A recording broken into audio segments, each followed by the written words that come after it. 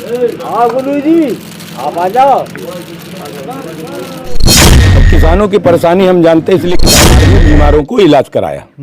और नमस्कार, इस समय हम लगातार चुनावी कवरेज पर हैं मध्य प्रदेश में, और मध्य प्रदेश में समाजवादी पार्टी के जो प्रदेश अध्यक्ष हैं नरेश उत्तम पटेल जी, वो पहुंच चुके हैं यहाँ पर और गांव-गांव में घूम रहे हैं। और यहाँ पर अभी देख रहे थे कि यहाँ पर मूंगफली की खेती ज़्यादातर होती है, और मूंगफली जैसे ही गांव में पहुँचे तो इनके जो नेता हैं वो मूंगफली उठाकर यहाँ पर उसाने लगे, किसानों के बीच में पहुँचे हैं। आइए हमारे साथ जो है नरेश उत्तम पटेल जी हैं, हम इनसे जानने का प्रयास करते हैं कि आखिरकार यहाँ के किसानों की समस्याएं क्या है। लगातार 2-3 दिनों से इसी मध्य प्रदेश में घूम रहे हैं। बहुत बहुत स्वागत है सर। हम लोग समाजवादी पार्टी के कार्यकर्ता हैं, उत्तर प्रदेश से आए हैं और हम भी किसान हैं और किसानों की परेशानी हम जानते हैं, इसलिए किसानों से मिल रहे हैं। और यहाँ की भौगोलिक स्थिति और यहाँ का जो सरकार का रवैया है उसको देख रहे हैं। जनता भारतीय जनता पार्टी की सरकार से बेहद दुखी है। 18 साल से यहाँ बीजेपी के मुख्यमंत्री हैं, उसके पहले कांग्रेस के मुख्यमंत्री, पूरे 76 साल कांग्रेस और बीजेपी और कांग्रेस ने कभी भी किसानों का ध्यान नहीं दिया। उनकी फसलों का मूल्य नहीं दे रही है, लागत नहीं दे रही है।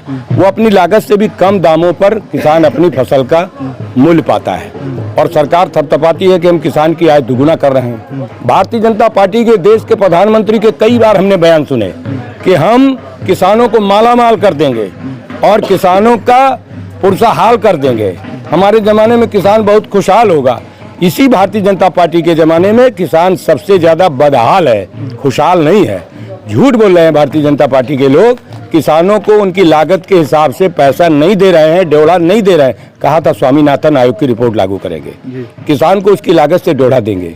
खाद का दाम बढ़ गया है, बिजली का दाम बढ़ गया है, दवा का दाम बढ़ गया है और यहाँ तक कि परिश्रम करने वाले मजदूरी का भी दाम बढ़ा हुआ है। तो जब किसान की फसल का लागत बढ़ेगा तो लागत के हिसाब से उसको ड्योढ़ा मिलना चाहिए। लेकिन भारतीय जनता पार्टी उनको बिक्री मूल्य जो न्यूनतम तय करती है भारत सरकार, कम से कम मूल्य तय करती है, वो भी नहीं दिलाती है। समाजवादी पार्टी की सरकार आएगी तो किसानों को लागत से ड्योढ़ा देंगे और किसानों को मुफ्त सिंचाई, चाहे वो सरकारी नहर ट्यूबवेल का पानी हो, चाहे प्राइवेट जो खेती में सिंचाई होगी उसका पानी समाजवादी की सरकार आएगी तो फ्री करेंगे हम। अच्छा, यहाँ पर लगातार आप घूम रहे हैं, गांव-गांव में जा रहे हैं। विधायक जी यहाँ से जो जिनको प्रत्याशी के रूप में उतारा गया है बबलू पटेल, बड़े गरीब बताते हैं कि गरीब हैं बहुत, वो जो है अपनी कुछ ज़मीनें बेचकर समाज सेवा करते रहे हैं। ऐसे को टिकट समाजवादी पार्टी ने दिए, तो कहाँ पर आप देख रहे हैं कि ये जीतेंगे, क्या करेंगे? देखिए, बबलू पटेल समाजवादी पार्टी का जो उम्मीदवार है वो एक किसान का बेटा है और स्वयं भी खेती करता है। और बबलू पटेल ईमानदार आदमी है और वो दिल का बड़ा आदमी है। वो अपनी जमीन बेच करके कोरोना काल में बीमारों को इलाज कराया और लड़कियों की शादी करता है, गरीब बच्चों की पढ़ाई में मदद करता है। ऐसी ख्याति बबलू पटेल की है जिसकी वजह से बबलू पटेल को जनता हाथों हाथ ले रही है, उन्हें आशीर्वाद दे रही है, विश्वास दे रही है कि आप आगे बढ़ो और राजनगर के विधायक हम आपको बनाएंगे। कितनी सीटें निकलेगी लगभग, आपको उम्मीद है यहाँ से? मैं तीसरी सीट में हूँ। अच्छा, चौथा दिन है मेरा। तो मैं जहाँ भी गया हूँ मुझे पूरा उम्मीद है कि समाजवादी पार्टी के ये तीनों उम्मीदवार जीत रहे हैं। अच्छा। और आगे मैं चलूँगा, वहाँ देख करके बता पाऊँगा। चलिए, बहुत बहुत धन्यवाद। और हमारे साथ अभी नेताजी हैं और ये देख रहे थे बार बार ये उठा के पांडे जी, रमेश पांडे जी नाम है आपका? रमेश पांडे। कहाँ से सर? यूपी से हैं। रमेश पांडे हमारा नाम है। Uttar Pradesh general secretary Samajwadi party के हैं। आप जैसे ही पहुंचे वहाँ पे टोकरी उठा के आप मूंगफली उसाने लगे यहाँ पे? मैं किसान हूँ। अब मेरे अंदर एक अभिलाषा जागी कि किसान का यहाँ पर सहयोग करूँ और किसान में रह करके मुझे बड़ा आनंद आता है। चलिए, यहाँ पर समाजवादी पार्टी के लोग पहुंचे थे और यहाँ पर देख लीजिए ओम भाई भी हमारे साथ हैं, ये भी लगातार घूम रहे हैं। और विधायक जी के साथ जो प्रत्याशी यहाँ से उतारे गए हैं बबलू पटेल, उनके साथ आप लगातार कई दिनों से, आप तो ज़्यादा दिन से 10 दिन हो गया लगभग, क्या लग रहा है यहाँ पे? देखिए, समाजवादी पार्टी आप बात करें तो उसाने की किसानों की बात करती है, तो हमारे प्रदेश सचिव रमेश पांडे जी इनको रोक नहीं पाए अपने आप को, ये वो उसाने लगे।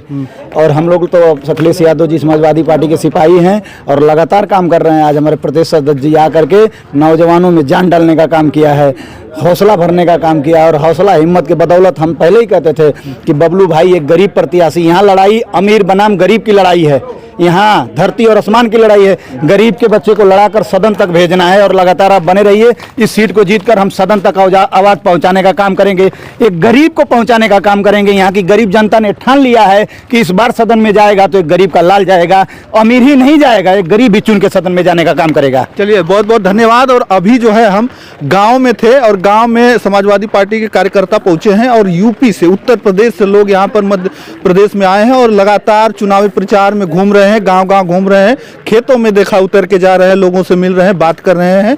और अब तो देखने वाली बात है कि जो नरेश उत्तम पटेल जी हैं वो यहाँ पर आए हैं और प्रत्याशी जो यहाँ से उतरे हैं बबलू पटेल, उनके साथ सहयोग कर रहे हैं, चुनाव प्रचार कर रहे हैं। अब देखने वाली बात है कि जो पटेल समाज यहाँ पर है, जो वो पटेल समाज को वोट में कन्वर्ट करा पाते हैं। 17 तारीख को यहाँ पर वोटिंग होनी है। अब देखने वाली बात है क्या यहाँ से बबलू पटेल जो यहाँ राजनगर से सीट है वो निकलती है, नहीं निकलती है, और कितनी सीटें समाजवादी पार्टी की यहाँ से निकलती है। आप लोग देखिएगा और तमाम सारी वीडियो हमारी यहाँ से चुनावी चर्चाएं हो रही है, जहाँ जहाँ जा रहे हैं, गाँव में लोगों से बात कर रहे हैं। तो आप कमेंट करके बताइएगा। बस इस वीडियो में इतना ही। धन्यवाद। जय हिंद।